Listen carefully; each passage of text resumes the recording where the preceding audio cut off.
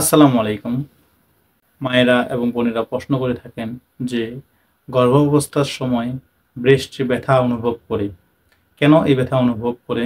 আমরা এ বিষয়ে আলোকপাত করব। সাধারণত গর্ভাবস্থায় শরীরে বেশ কিছু গুরুত্বপূর্ণ পরিবর্তন ঘটে থাকে। তার মধ্যে হরমোনের পরিবর্তন ঘটে যা গর্ভধারণের বিভিন্ন লক্ষণ সৃষ্টি করে। স্তনে ব্যথা, ফুলে যাওয়া ও অন্যান্য সংবেদনশীলতা বাড়ার অন্যতম কারণ। গর্ভাবস্থায় মূলত যে হরমোনের পরিবর্তনগুলো ঘটে, হিউম্যান কোরিওনিক গোনাডোট্রপিক হরমোন গর্ভধারণের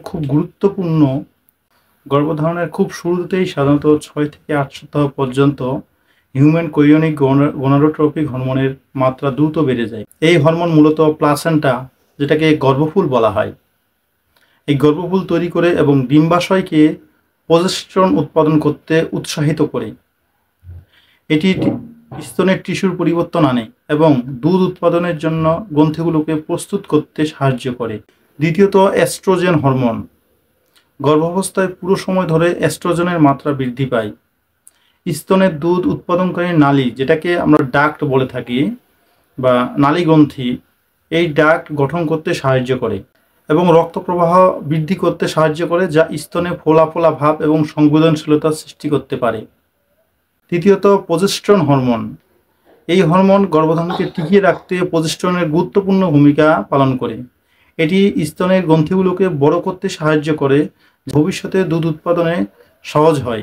প্রজেস্টেরনের কারণে স্তনের টিস্যুগুলো নরম হয়, যা ব্যথার অনুভূতি বাড়াতে পারে। 4 নম্বর, প্রোল্যাক্টিন হরমোন। এটি মূলত দুধ উৎপাদনের জন্য দায়ী একটি হরমোন। এই হরমোন গর্ভাবস্থায় শেষের দিকে প্রোল্যাক্টিনের পরিমাণ বাড়তে থাকে, তবে পুরো গর্ভাবস্থায় প্রজেস্টেরন এটি সক্রিয় হতে বাধা দেয়। শিশুর জন্মের পর প্রজেস্টেরনের মাত্রা কমে গেলে প্রোল্যাক্টিন সক্রিয় হয়ে দুধ উৎপাদনে সাহায্য করে। 5 নম্বর, অক্সিটোসিন। এটি স্তনের দুধ নিঃসরণের মিল্ক লেট ডাউন সাহায্য করে। গর্ভধারণের শেষের দিকে এ প্রসবের পর এটি বেশি সক্রিয় হয়ে থাকে। সাধারণত এই সময় কেন এই হরমোনগুলোর পরিবর্তন ঘটে? গর্ভাবস্থায় শরীরকে সন্তানের জন্য প্রস্তুত করার জন্য হরমোনের মাত্রা স্বাভাবিকভাবেই পরিবর্তিত হয়। শিশুর বৃদ্ধি ও সঠিক বিকাশ নিশ্চিত করতে প্রজেস্টেরন ও এস্ট্রোজেনের বৃদ্ধি অপরিহার্য। স্তনের টিস্যুগুলোকে ভবিষ্যতে দুধ উৎপাদনের উপযোগী করে গড়ে তুলতে এই হরমোনগুলো সক্রিয় ভূমিকা পালন করে থাকে। সাধারণত এই পরিবর্তনগুলো স্বাভাবিক এবং গর্ভধারণের একটি স্বাভাবিক অংশ।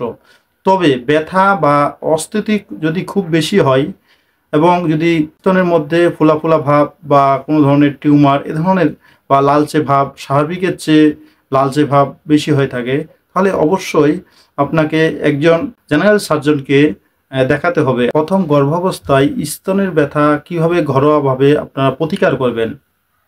সঠিক মাপের ব্রা পরুন। নরম ও সাপোর্টিভ ব্রা ব্যথা কমাতে সাহায্য করে থাকে। গরম বা ঠান্ডা সেক দিতে পারেন, উভয় পদ্ধতিই আরাম দিতে পারে। হালকা ম্যাসেজ করুন, এটি রক্ত সঞ্চালনকে বাড়িয়ে তোলে এবং ব্যথা কমাতে সাহায্য করে থাকে। পর্যাপ্ত বিশ্রাম নিন এবং পানি পান করুন, এটি শরীরকে ভারসাম্য বজায় রাখতে সহায়তা করে। এটি সাধারণত গর্ভাবস্থায় প্রথম 3 মাসের মধ্যে হয়ে থাকে। আমাদের ভিডিওগুলো আপনাদের ভালো লাগলে চ্যানেলটিকে সাবস্ক্রাইব করুন এবং নতুন নতুন ভিডিও পেতে আমাদের সাথেই থাকুন। আল্লাহ হাফেজ।